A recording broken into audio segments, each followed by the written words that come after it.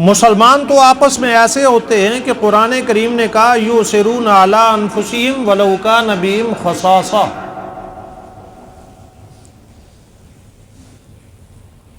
یہ پھر اپنی جان کی پرواہ نہیں کرتے ہیں، دوسرے کی جان کی پرواہ کرتے ہیں۔ اپنی جان جاتی ہے چلی جائے، لیکن دوسرے کی جان بچ جائے۔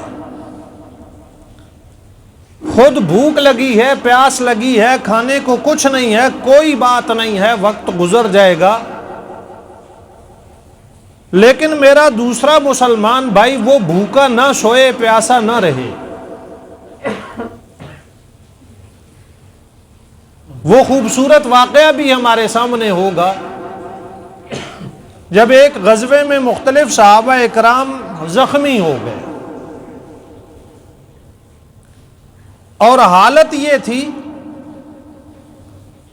کہ پہچانے بھی نہیں جا رہے تھے۔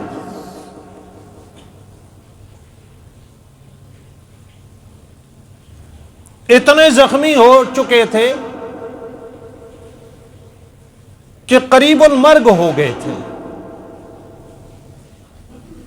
پانی پلانے والے پانی پلا رہے تھے تو کسی نے آواز دی مجھے پانی چاہیے، مجھے پیاس لگی ہے۔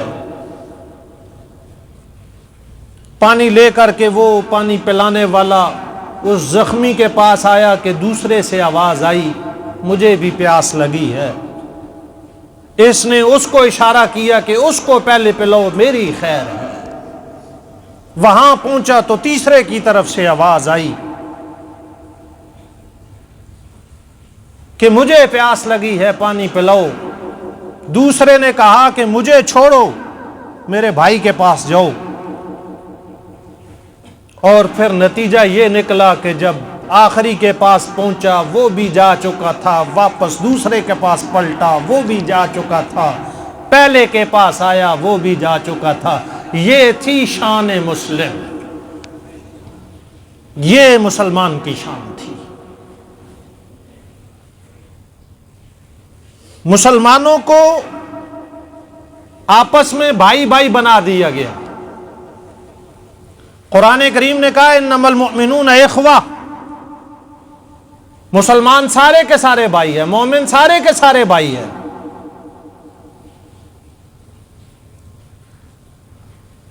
اور یہ اخوت، یہ بھائی چارہ، یہ بھائی بندی،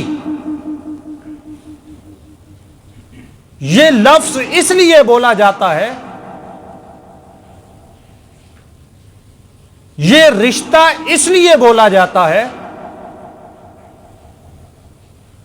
کہ بھائی کا اپنے بھائی کے ساتھ ایک ہی تعلق ہونا چاہیے، اور وہ تعلق مدد کا ہونا چاہیے، ضرورت پوری کرنے کا ہونا چاہیے، دکھ درد میں شریک ہونے کا ہونا چاہیے۔ بھائی ہونے کا اور کوئی مقصد نہیں ہے۔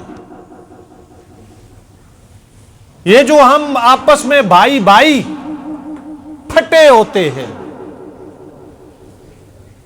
غیر ہمارا بھائی بن جاتا ہے، بھائی کو اپنا دشمن بنا لیتے ہیں۔ اللہ نے یہ نسل انسانی کا سلسلہ اس لیے تو نہیں چلایا تھا، یہ تو اس لیے چلایا تھا کہ جو بھائی ہوں گے وہ ایک دوسرے کے مددگار ہوں گے۔ یہاں تو باپ فوت ہوتا ہے تو سب سے پہلی لڑائی جو ہوتی ہے، بجائے اس کے کہ باپ کے فوت ہونے سے خاندان کمزور ہوتا ہے، اس کمزوری کو سامنے رکھتے ہوئے کوئی باہر کا دشمن آ کر کے وہ نقصان پہنچائے، سب سے پہلا جھگڑا بھائیوں کا ہوتا ہے، بہنوں کا ہوتا ہے، جائیداد پر، جاگیر پر۔